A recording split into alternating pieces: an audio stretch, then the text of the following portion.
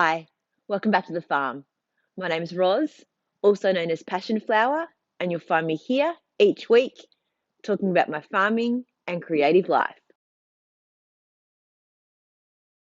Well, it is icy cold this morning. I'm not surprised if you can even see my breath as I'm speaking. It's really cold here in the shed, so I'm going to record and then go back to the house to be either in front of the fire or have the heater going because it is really, really cold. Still don't have that flue connected for my fire. And given now that it's wet and cold a lot of the time, it might be dangerous to be cutting a hole in the roof. So it might be something that actually has to wait until summer, unfortunately. It's again been a reasonably quiet week. I think winter ends up being sort of those hibernation times. We tend to just do the basics and then spend the rest of the time inside. I also think too that I just feel like nothing's happening because this time last year, every single week I had so much to share about what was happening with the progress of the shed, the redoing of all of the furniture, laying carpet, all of that stuff, that there was always so much to share. Whereas now things kind of are plodding along a little bit rather than big things happening every single week. Something a little exciting though, out in the paddocks, a calf was born this week. We didn't even know that one of the cows was pregnant, but I was in the kitchen and looked out the window and I could see this like black thing in the paddock, which looked a little bit weird and stayed still for quite a while. I thought it might have just been a log or something that had just been knocked over in the paddock. And then it got up and it was a little cow. So, well, I thought it was. So I quickly grabbed binoculars. Yes, we keep binoculars close by and handy in the house so we can quickly grab them to check out things in the paddocks if we need to. And yes, it was a little cow. It got up and it went over to its mum and it started feeding. So I thought everything's fine there. That's good. I then messaged the cattle farmer that takes care of the cows, and he came around and just did a double check to make sure everything is okay.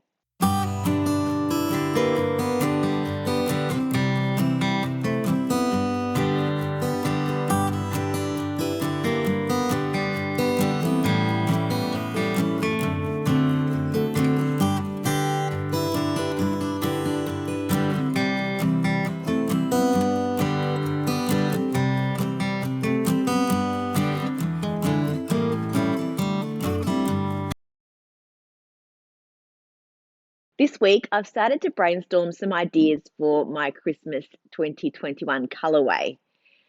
Um, it's been a bit of a process. I want to try and do something a little bit different, but I do want to incorporate the colors from sugar plums. I really do like how the red and pink and blue look in this. It's sort of vintagey kind of look. So I've started by Googling some Christmas images. And I have also just been getting out some pencils and just doing some drawing of different color combinations together. I'd like to try a different dye method maybe and come up with something that really speaks to me about being Christmas.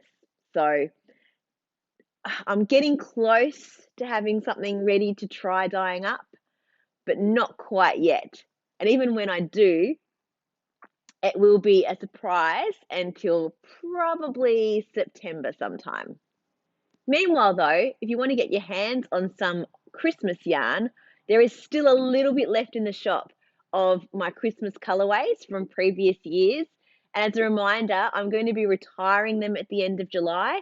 So get in quick and grab what you can now because then they will not be available anymore.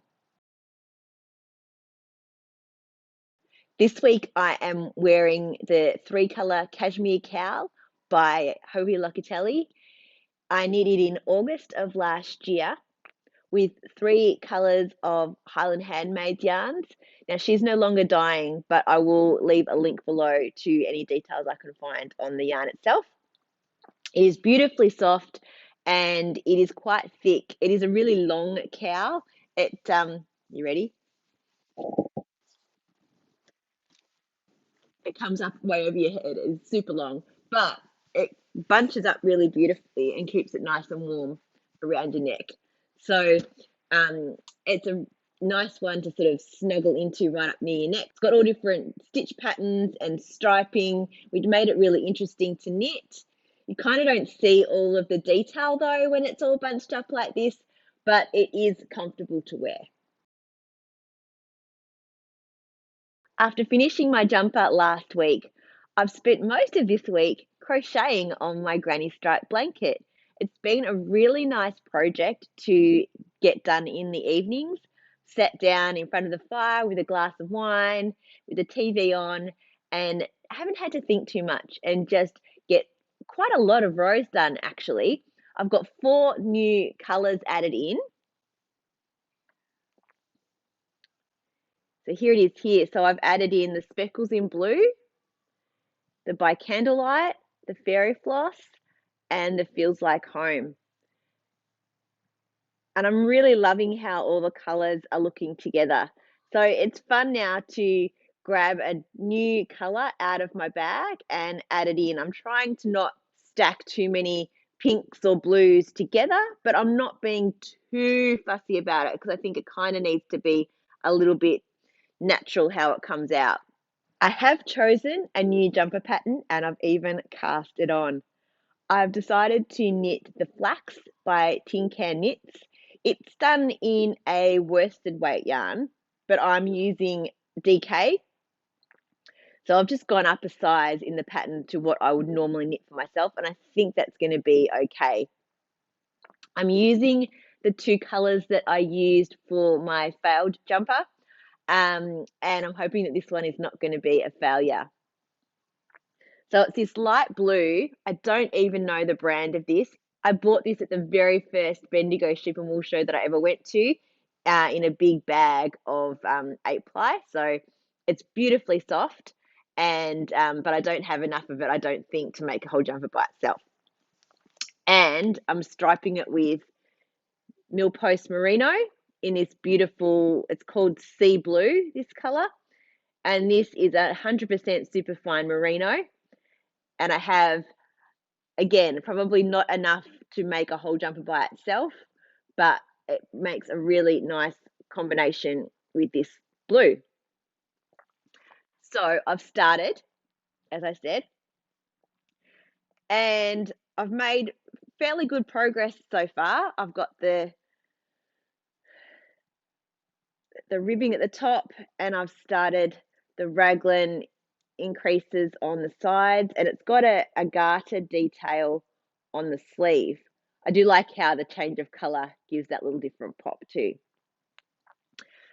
But I've already encountered a problem that I've fixed. So I was working on it in the evening, and I was watching TV. I thought, oh, this is easy, no problem. It's just, an increase round and then just a knit round, all good. But I screwed up the garter stitch section. So obviously, garter stitch in the round, you have to knit 1 round and then purl 1 round. And I clearly wasn't paying attention, and I started to knit when I should have purled, or purled when I should have knit, and I ended up with the pattern not right. And I knit up a few more rows past that, and then I couldn't figure out why I was on a row when I should have been purling the garter stitch and it needed to be knit. So, and I looked back down and I had a big section of knit through it. It's just plain stockinette and not garter. So, and it happened on both sides. So I had to literally drop down every single stitch in that section and correct it with a crochet hook. So go back through and change the stitches from knits to purls. I'm pleased that I discovered it when I did, so I wasn't too far into the project, because the more you do down, it gets a bit tight and funny. So I was able to make it look nice and neat again.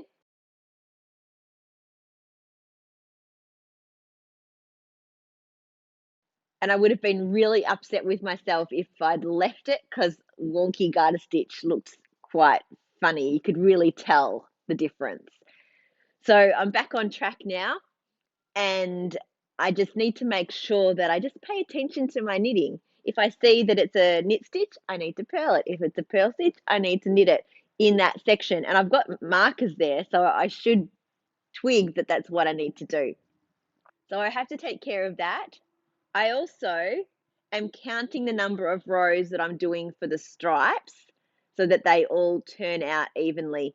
Now I can read that and count them in the jumper when it's knit, but I just need to make sure that I'm doing them the same, especially when it comes to the sleeves. I don't want to have weird, strange stripes unless I intentionally do that and make them quite vastly different. But if they're just a couple of rows out, I think it will look super strange. And I don't think my knitting brain will let me do that. They need to be the same. So I'm taking notes and I am counting to make sure. And so far, I'm really happy with how the stripes are looking. I think that's a nice width for the stripe. And these yarns are so soft and beautiful to work with that it's a real pleasure to have in your hands. And I know that it's going to be a real pleasure to wear if the jumper is a success. I'm a little bit scared because I did have such a problem with this yarn in a different jumper, but I think it was me and that pattern and not the yarn. So I just have to enjoy working with it and know that it's going to turn into a lovely project. Well, that's it for another week. Thanks for spending some time with me. If you're enjoying these videos, please give me a thumbs up and subscribe to my channel. And I look forward to seeing you next week on the farm. Bye.